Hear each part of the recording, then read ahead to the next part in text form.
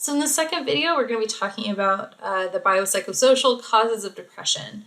So I'm taking that multidimensional modeling and talking about what could be the causes. So I think one of the things to note is that there is this cycle. So when somebody is depressed, they physically go through some changes, right? They have lower energy and fatigued. They might feel less interest in things. So that anhedonia there. So people are withdrawing from what they normally do, right? So if you don't want to go play soccer anymore, you're going to withdraw from that, which might withdraw you from social activities, which might make it harder for you to go to the next thing, right? So you see this decreased activity and potentially some neglect of responsibilities. So it may be really difficult to get out of bed in the morning. So maybe that person doesn't do homework either, or maybe they stop going to their job as much. And that might increase the amount of guilt that somebody has, feelings of hopelessness, this will never end, and they might feel really ineffective in their life. And that leads to even greater amounts of depression. And you kind of see this whole cycle of depression that keeps continuing forward.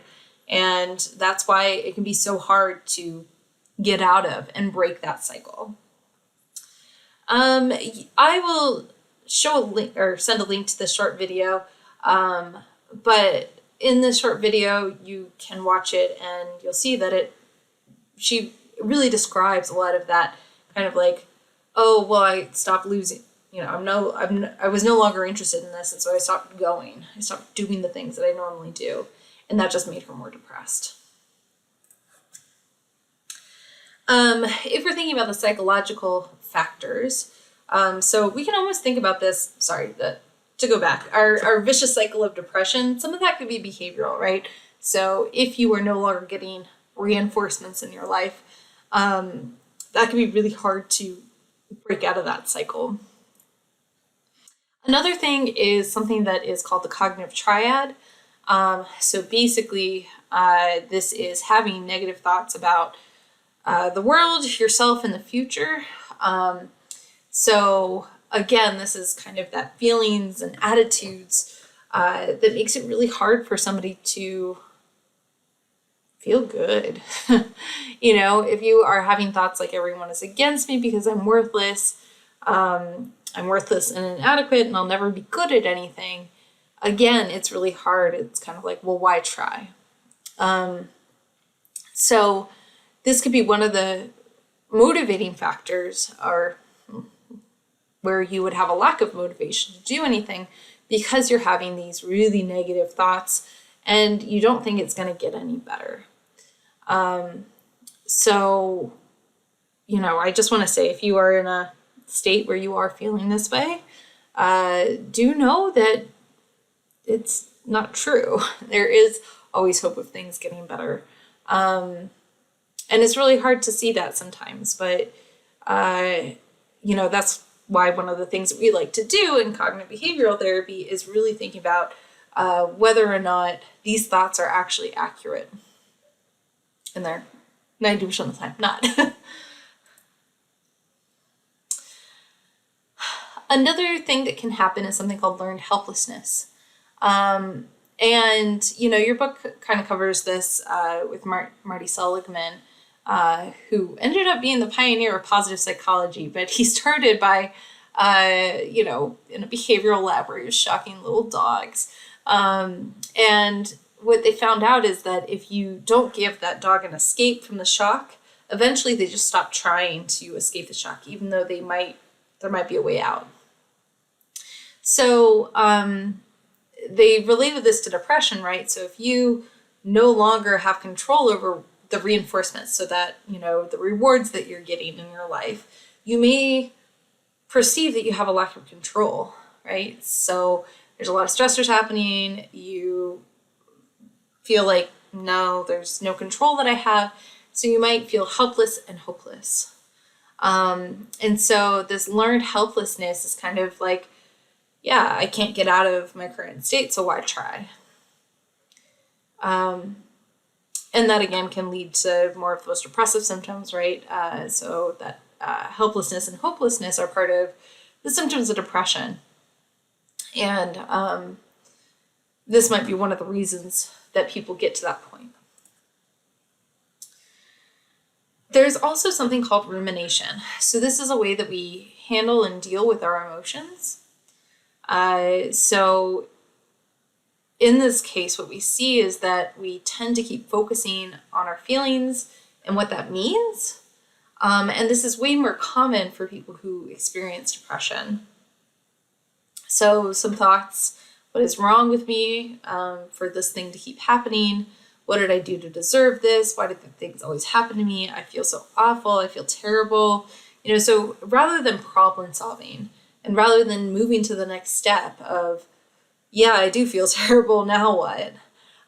Instead, these ruminations really focus on the repeated feelings and the repeated experiences of depression. We also see that this is a risk factor for depression. So the more you ruminate, just in general, the more likely it is that you will develop a depressive episode later on.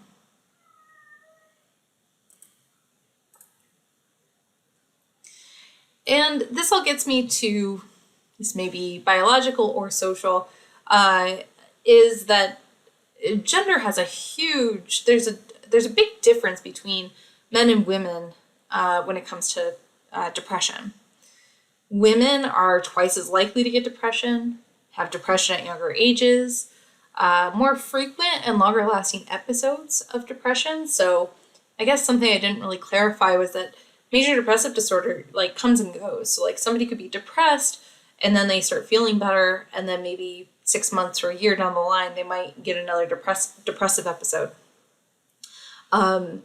So something to note is that women having more of these and longer lasting is a finding that we have. And they overall respond less successfully to treatment. So normally I'd sit and ask and go well, why do you think that is? And we have a lot of different theories for that. So here are 4 different theories. I think they're also covered in your book. But one of them is called the artifact theory. In this theory, we're kind of equally prone to depression, both men and women. But it just so happens that women go and seek help. Men don't. Or that we might have something like men are more likely to show anger than they are to show depressed mood. So that might be one of the things that's going on. There's also the hormone explanation, right? Women have different hormones. Well, we all have hormones, but women have a higher level of, let's say, estrogen and progesterone. And maybe there's something different with that compared to in men. And so those hormonal changes trigger depression in women. Next is the life stress theory. Women are just more likely to have life stressors. If you think about, from poverty to stressors with kids and, just in general, more likely to have stressors compared to men. And the last one is based on that idea of rumination. So women are more likely to dwell on negative emotions. So they ruminate about it and what it might mean. So research has suggested that the artifact theory is not true, that even when you control for things like, men and women coming into a specific place, or a specific clinic and stuff like that, that really we do see that there is a difference in how many women compared to men will get depression. And it seems like hormones don't really explain things. It doesn't seem to, change based on fluctuations in hormones for women. So it seems like that's not a theory. So right now, it seems like life stress and rumination might be 2 of the reasons, or the, most accurate reasons why there might be a difference between men and women. I'm going to stop this video here. So we just went through the kind of psychological causes, right, with cognitive and with, also talking about maybe some of the social causes when it comes to gender, right? So the reasons for gender differences might actually be because of these social things, life stress and rumination. Next, we're going to talk more about the biological aspect of depression.